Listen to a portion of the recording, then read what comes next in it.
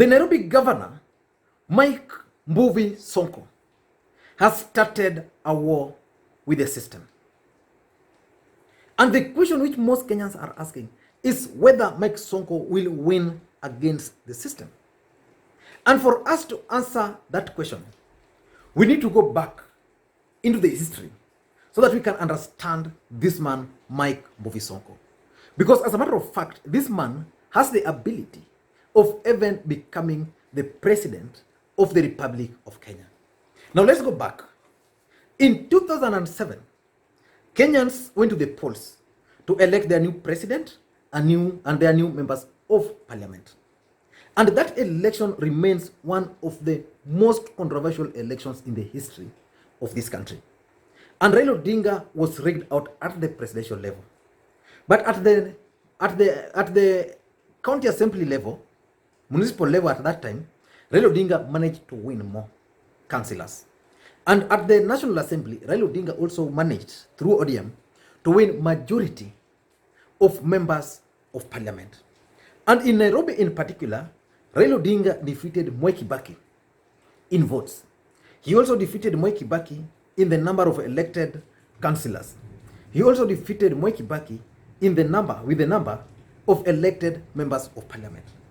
And Mwai Kibaki, to avoid embarrassment and his team, saw an opportunity and rigged one of the seats in Nairobi, the Makadara parliamentary seat, in favor of Dick Wathika, who was the mayor, in favor of him.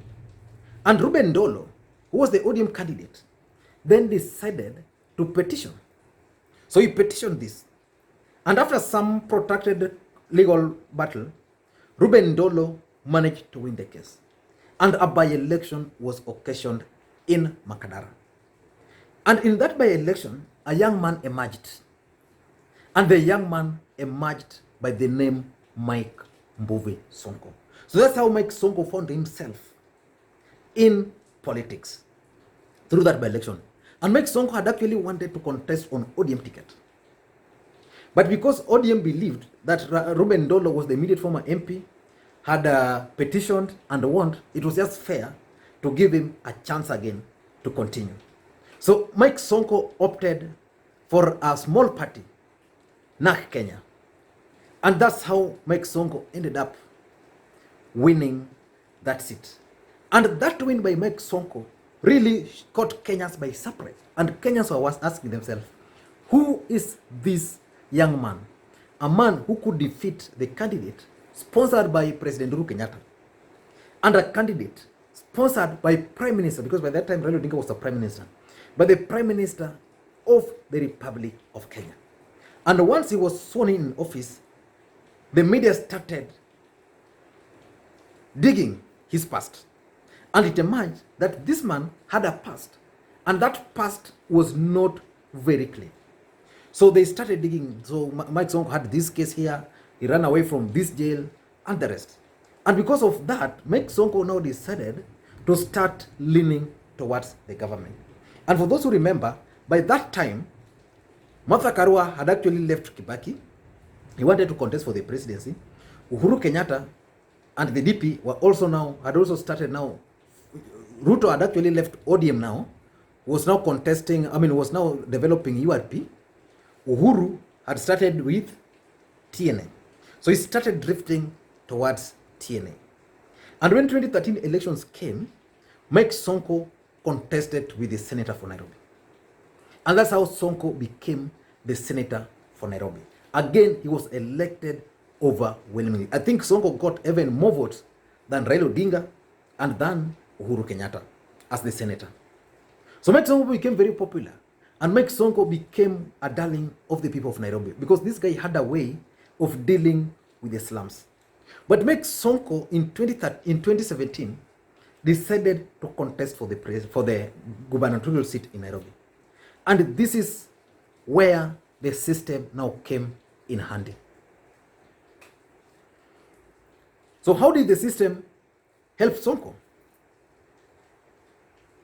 Initially, President Uhuru Kenyatta, through TNA, had wanted Peter Kenneth to be the governor of Nairobi.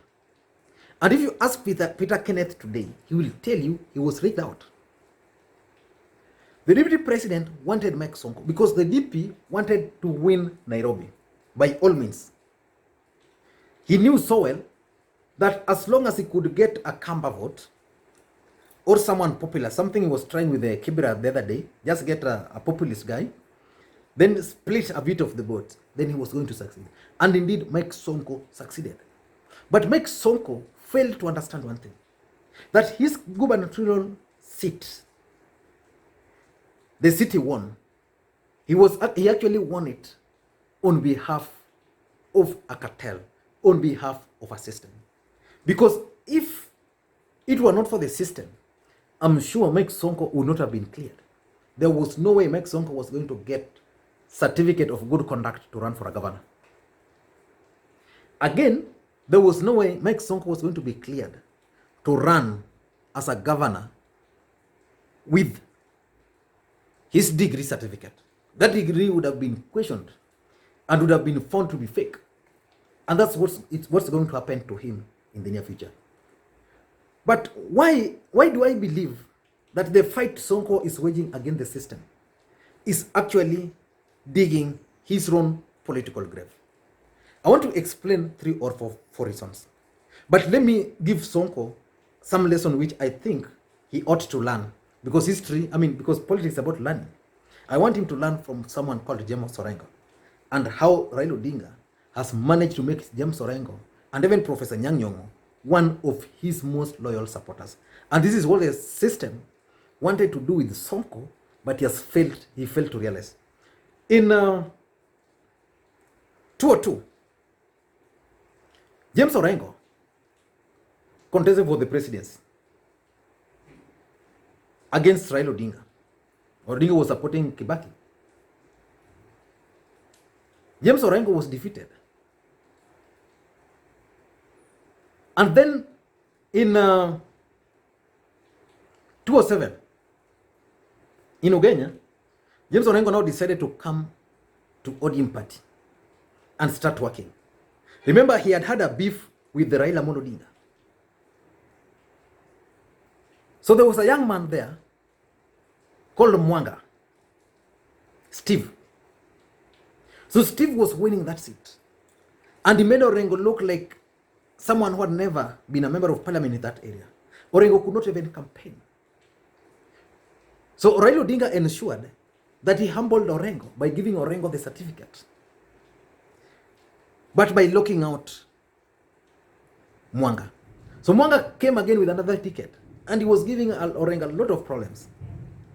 And Orengo had to lean on the shoulder of Raila Odinga. Raila Odinga literally carried Orengo for him to win that seat. And because Raila carried Orengo to win that seat, Orengo became now his subject.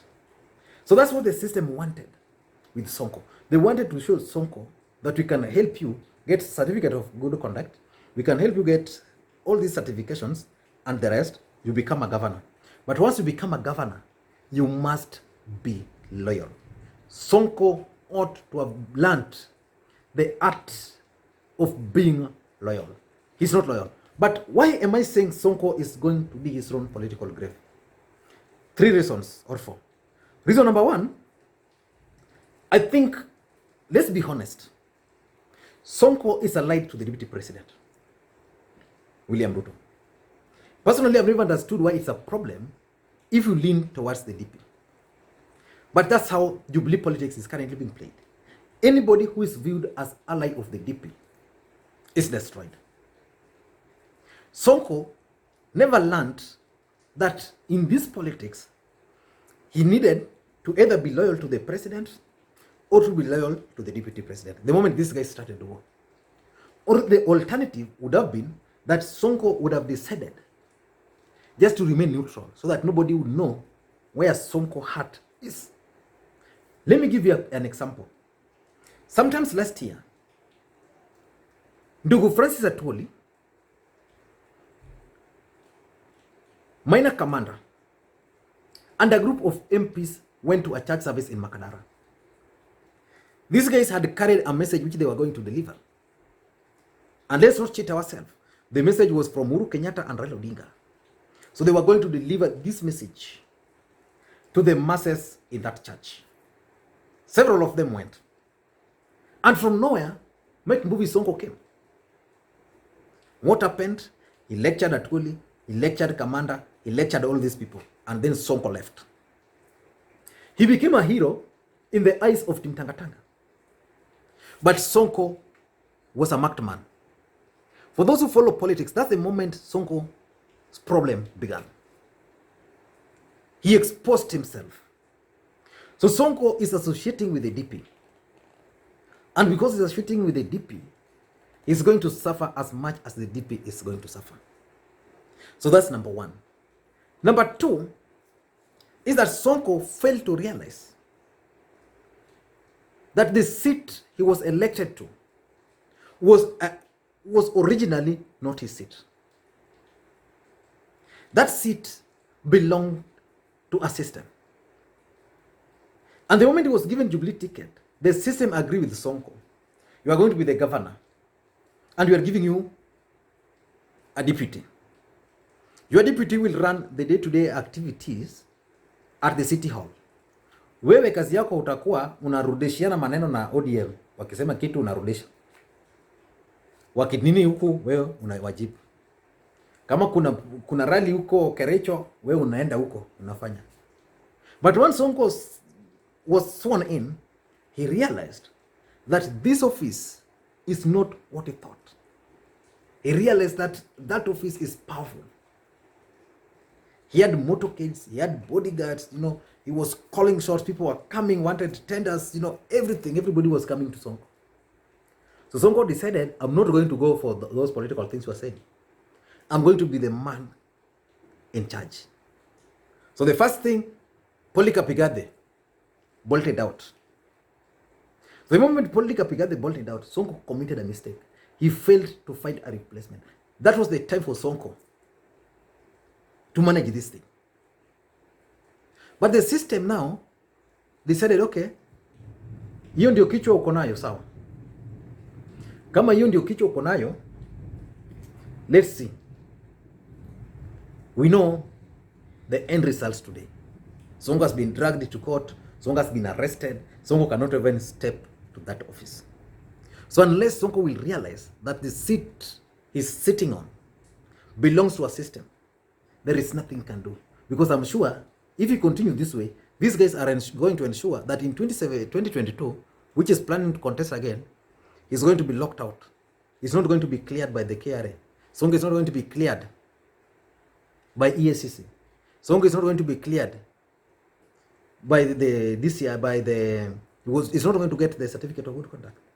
Remember in the last election, how he would go to KRA, walk there, take photos as they prepare for him his clearance certificate. It's not going to happen. So Sonko is digging his political grave by fighting these people. Number three, I think Sonko also has a problem with the teamwork. If he didn't have a problem with the teamwork, he would be having Igathe. Sonko would be having the support of members of parliament from Nairobi. He would be having support from MCS, because even those who were supporting him because they were benefiting from him financially. So Sonko is going to face a big problem. So he must find a way of start working with the team. I know because of his background, maybe education, he feels threatened. Everybody akiona mtu huyu anataka kuninyang'anya nini, huyu anataka kuniua, but he must start working as a team. He must identify, if it's Uhuru Kenyatta, let him look for Uhuru Kenyatta, work with him. Uhuru akimwambia fanya hivi. If it's Raila Odinga, aenda atafute yeye, ni hivyo. Yeah? But he must start working with the team. And my advice has always been, Sonko should look for the new Director General of the Nairobi Metropolitan Service and start develop a working relationship with him, so that he can understand him.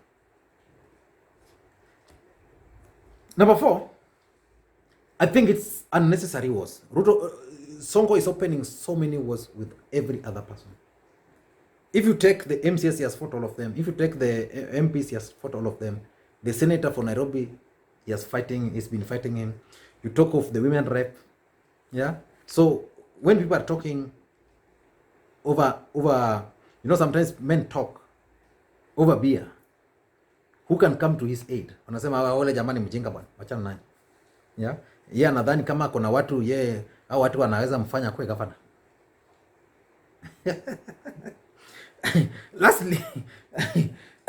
Lastly, I think Sonko has also locked out a cartel. You know, there are cartels all over the world. In Nairobi, there are people who are determining tenders. Kuna wale wenye wanatengeneza zile fake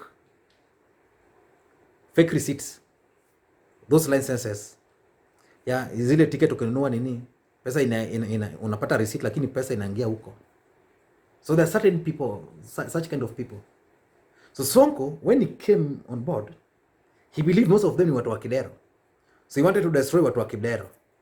He didn't know that probably Kidero even just inherited some of those problems. So akaanza vita na cartels. If you start a war with cartels, you make sure you destroy them. If you don't destroy them, they will destroy you. And I want to tell you, Uhuru Kenyatta didn't make Sonko a favor. If Uhuru Kenyatta had not intervened, the MCs would have sent Mike Sonko home. But what can Mike Sonko do? Very simple. Relax. Take 2 months, 3 months break from politics, active politics. Engage a team. Engage a PR team. Let them look for you the weaknesses, the strength, and the rest. Wash yourself. Ukwe mtu safi. Then after that, look for Uhuru Kenyatta. Umwambie boss, enyewe hii kitu ulinipea lakini nimefanya makosa, sitarudia. Atafute Raila. Because even ODM supporters are still very bitter with Sonko. When they went to Dandora, Sonko alichukua mafia kamwaga. They've never forgiven Sonko. So as much as they might cheat Sonko pale assembly, deep in their hearts, they don't like that guy. So you must go to Raila and ask for Baba amsaidia. Then he should also go to Ruto. Lakini asibebwe na Oscar Sudi. Because if Oscar Sudi carries him, that will be public. So sneak to amalize Rudi. Thank you guys. I don't know what you think. Thank you guys. And please don't forget to also check out vuguvugu.com.